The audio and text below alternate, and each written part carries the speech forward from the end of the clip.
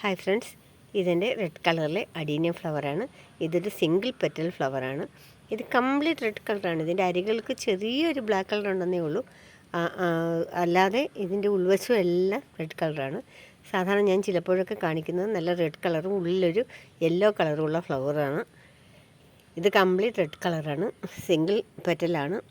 Single പെറ്റലിൻ്റെ പ്രത്യേകത കുലകുത്തി അങ്ങ് പൂക്കുന്ന ഇനമാണ്. ഇതിപ്പോൾ എൻ്റെ ചെടി ഒരു ചെറിയ ചെടിയായതുകൊണ്ടാണ് ഇതിൻ്റെ പൂക്കൾ കുറവ്. അതുമല്ല, പ്രൂണിങ് കഴിഞ്ഞിട്ട് അതങ്ങോട്ട് കിളിർത്ത് വന്നതേ ഉള്ളൂ. അതുകൊണ്ടും പൂക്കൾ കുറവാണ്. അപ്പോൾ ഒരു പൂവും അതിൻ്റെ താഴെ ഒരു മൊട്ടും കൂടുണ്ട്. അങ്ങനെ നിൽക്കുന്നുള്ളൂ. അല്ല, സാധാരണഗതിയിൽ ഇത് ഒത്തിരി ബ്രാഞ്ചസൊക്കെ വന്നു കഴിഞ്ഞാൽ ഇത് നിറയെ പൂക്കുന്ന ഒരിനമാണ്. സാധാരണ ഡബിൾ പെറ്റലിനെക്കാട്ടി എപ്പോഴും ധാരാളം പൂക്കൾ കിട്ടുന്നത് സിംഗിൾ പെറ്റൽ ഫ്ലവേഴ്സുള്ള ചെടികൾക്കാണ്.